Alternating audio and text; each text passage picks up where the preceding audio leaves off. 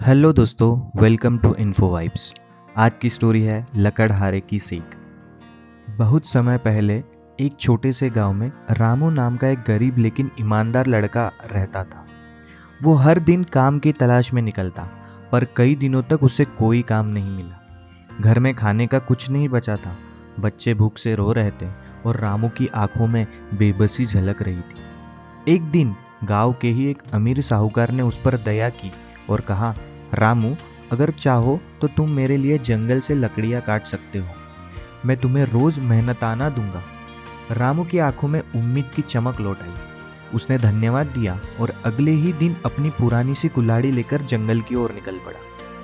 पहले दिन उसने पूरी ताकत लगाकर 5 पेड़ काटे, दूसरे दिन 4 पेड़ काटे, तीसरे दिन सिर्फ 3 और फिर धीरे धीरे उसकी गिनती घटती चली गई। हर दिन रामू उतनी ही मेहनत करता, लेकिन उसकी कुल्हाड़ी की धार कुंद हो चुकी थी। उसे लगा कि शायद अब वो बूढ़ा हो गया है, उसकी ताकत घट रही है। 1 महीने बाद वो इतना थक चुका था कि एक भी पेड़ नहीं काट पाया।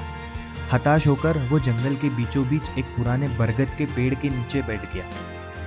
उसकी आंखों से आंसू बहने लगे। उसी समय वहां से एक बुजुर्ग साधु गुजरे। उन्होंने रामू को उदास देखा और पूछा, बेटा, क्यों इतने परेशान हो? रामू ने दुख भरे स्वर में कहा, बाबा, मैं रोज मेहनत करता हूँ, फिर भी अब एक भी पेड़ नहीं गिरता। शायद मेरी ताकत साथ नहीं दे रही। साधु मुस्कुराए और बोले, बेटा, तुम रोज मेहनत तो करते हो, लेकिन क्या कभी अपनी कुल्हाड़ी तेज की? रामू चौंक गया।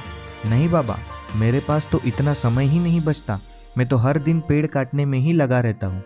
साधु ने शांत स्वर में कहा, यही तो गलती है बेटा। मेहनत जरूरी है, पर समझदारी उससे भी ज्यादा जरूरी है। अगर कुल्हाड़ी की धार कुंद हो जाए तो ताकत कितनी भी लगाओ, काम नहीं होगा। जैसे कुल्हाड़ी को तेज करना जरूरी है, वैसे ही जीवन में अपने ज्ञान और कौशल को निखारना भी जरूरी है। रामू ने साधु की बात दिल पे लगा ली। उसने उसी शाम अपनी कुल्हाड़ी को अच्छी तरह से तेज किया। अगले दिन जब वो जंगल पहुंचा तो देखते ही देखते एक के बाद एक पेड़ गिरने लगे। अब वही रामू जो पहले थका हारा था, पूरे जोश और आत्मविश्वास से काम कर रहा था। इससे हमें यही सीख मिलती है कि सिर्फ मेहनत से नहीं, समझदारी और निरंतर सीखने से सफलता मिलती है। हमेशा अपनी कुल्हाड़ी यानी अपने हुनर और ज्ञान को तेज करते रहो। तो आपको कैसी लगी ये स्टोरी, प्लीज़ कमेंट में मुझे बताइए। Thank you so much.